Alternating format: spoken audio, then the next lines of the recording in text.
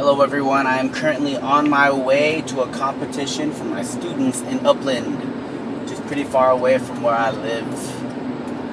And I thought this would be a great time for me to just vent and talk in vlog 5. Do you guys see what I did there? I put a little snippet before my tag now.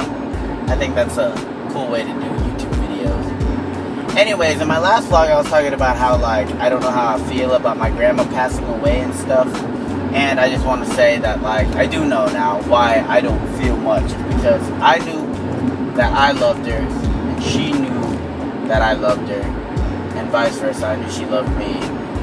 So I think that's why I accepted it so much. So I think that just specifies why it's so important for people to know why and how you feel about people that are alive now, because you never know when you're going to get the chance to tell them any other time. Another thing is just be completely real. This is why, lying is so bad and why it's so fake. Death is one of the realest things, and I accept the fact that she passed away because I was real with her, because she was real with me. In fact, I don't think I've had that relationship with anybody else in my life. There's always an extent of fakeness that you don't recognize with certain people, at least with me. I don't confront everyone about everything. And it's not because it's shunned by society, it's mainly because I'm not that type of person. So when I'm usually on long drives like this, I always think, and I always come up with ideas, and I thought that hopefully I can catch it on camera and I can just say it out loud, make it real. That's, again, another cool concept. Ideas, they're real once you say them out loud, you put them somewhere. Which is why I'm also writing. I'm currently writing 2 different books right now. One's an autobiography of me, but see, when I hear people say oh, you're writing an autobiography, don't you think they're super cocky and selfish? Sometimes I am, I admit it. I'm doing it in a journal type of way, and honestly, it's just me jotting down things that I've learned. I treat it like a journal, but I don't start from when I was born up until now. I treat it like when you're meeting somebody for the first time, and you don't meet somebody and be like, okay, so I was born here, here, here, and then you go up your timeline. When you meet somebody, you experience things with them, and through those experiences, stories of your past come up. And that's how I'm writing my autobiography, is by just talking about my day-to-day and relating it back to my past. And I know a lot of people do that, but I'm treating it like a journal. I'm Doug Funny, if you guys know who that is, and I'm just writing in a journal. And there's a sandbag in the middle of the road. That's gonna cause some issues. And the other one I'm writing is a fantasy. I started writing that book when I was in 7th, 8th grade, but it was always vague. And then through the years I became a better storyteller, so I'm constantly rewriting the first 6 chapters, which is what I've been stuck on for the longest time. And it was inspired by an anime that I watched at the time. No, not Dragon Ball Z, even though that's an all-time fave. But it was inspired by Samurai X.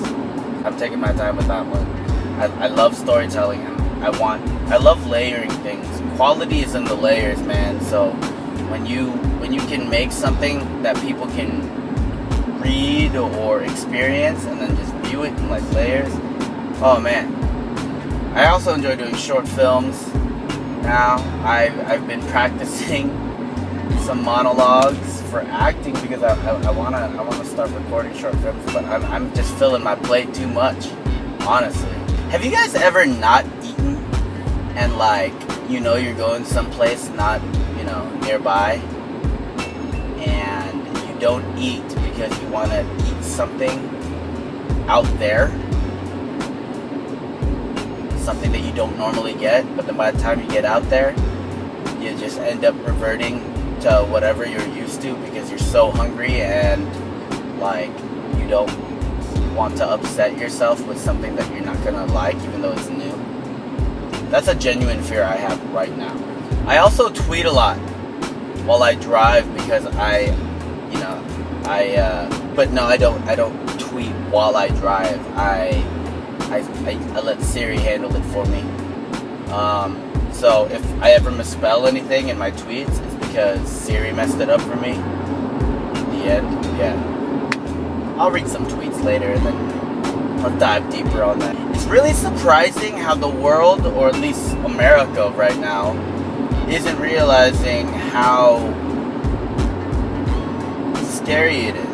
North Korea right now. We are about to attack North Korea. You know, I hate labels, man. These labels are ruining life. Labels detach you from what you're labeling. Do you not realize that, people? Like, I know definitions, you feel like they're set in stone. Like, that's why they're called definitions. But understand that they're not. Definitions constantly change. Because people constantly change. Everything's constantly changing. We try to set things in stone so that things become easy and organized, and we've done a great job. And I get that. And it does help. I get that. But we have to keep an open mind and understand that things change. Labels change. Socialism today is so different from socialism in the past. The world we live in is so much more open. Going back to the idea that labeling detaches you from something, let me give an example. When there's a goose, and everybody labels that goose as ugly, that goose tries to find the definition of what ugly means. They go into the world and they see that ugly is horrible. And they see that it's disgusting to people. Ugly is a bad thing. Ugly is, all that, okay?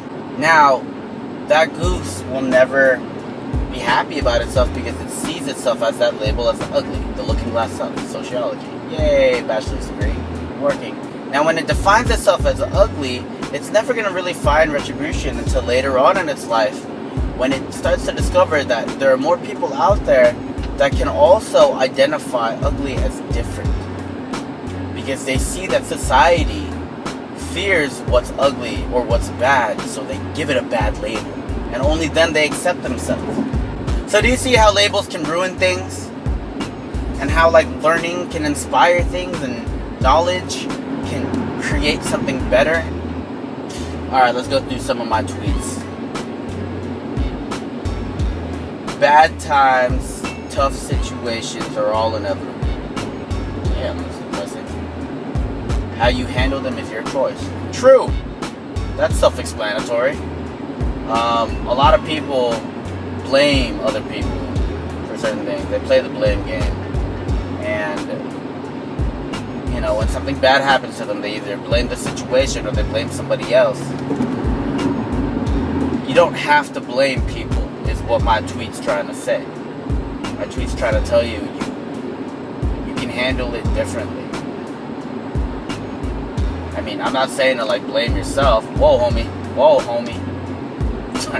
Dude was changing lanes, he does that lane change where he kind of swerves. Next tweet. Do anything but won't. Because knowing I could keeps me alive. I hate to admit, that's how I feel. Now, why I hate to admit that is because it comes off as cocky. Everybody assumes that once you complete your goal, you're going to have new goals. And that's true. That's true to an extent. I am aware of my surroundings. I'm aware of what I've achieved and what I've done and what I'm going to do. Because of this, I fear that once I get there, I will be content. And I won't know what else to do. And I won't want to set new goals because I know I'm going to feel content again. It's this weird side. People don't know how to drive, man. I know I'm about to sound like everybody else when I say that. It's amazing how many stupid people are out there. But again, awareness, as you get older, you start to realize people don't stick with the fundamental, teachings of school and parents and just the world growing up. Different things, how to use a fork and spoon. People don't experience the same things. And the world should understand that. So not everybody's going to be on the same page as much as you think they are. That's why there's always going to be that person that's wait, you don't know this? Treat everything as a metaphor. Life is like a lane change. You must be careful and adjust your speed accordingly. There's always going to be somebody ahead of you and somebody behind you. And you must always adjust. Now the person behind you can be right on your tail, or they can be laid back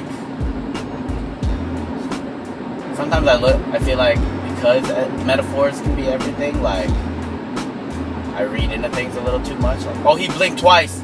Oh, is that like because he needs to moisturize his eyes because the dryness of the wind symbolizes his sadness. You know, like horrible looking into it, like a little too much. Well, I'm transitioning onto a new freeway, so I'm gonna use that as a metaphor to transition into a new vlog because this is such a long drive. It's worth 2 vlogs. Yes, 2 vlogs. Since I got a lot to say, man. All in all, I just got a lot. See you in vlog 6, peace.